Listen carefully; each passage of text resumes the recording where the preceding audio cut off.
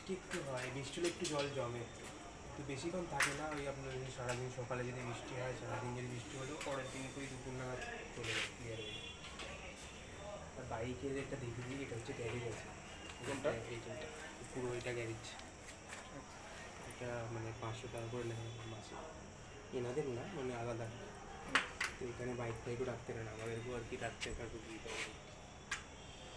মানে এখানে ফ্ল্যাটের সঙ্গে নেই? না, ফ্ল্যাটের সাথে কিছু নেই।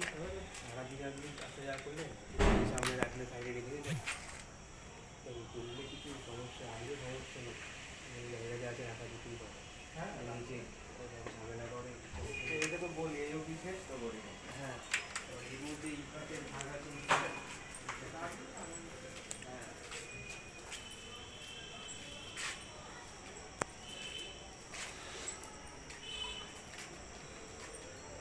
ফ্ল্যাটটা কোনটা?